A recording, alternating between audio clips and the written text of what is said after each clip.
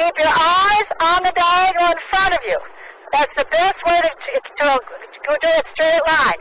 Paula will go in front of me. We're going to weave ourselves right together here.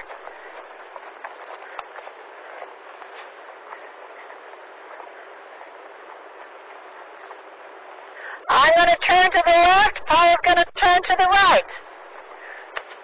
We're going to pass. Paula has to step out to pass me. I have the right of way.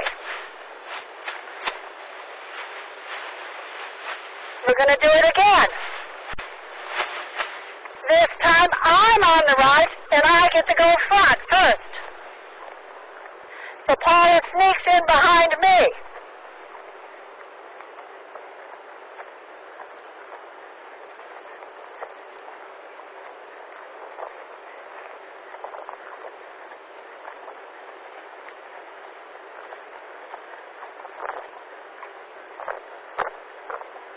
We turn towards each other.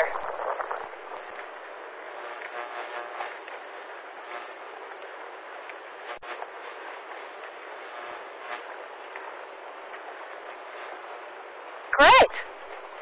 Very good, you guys.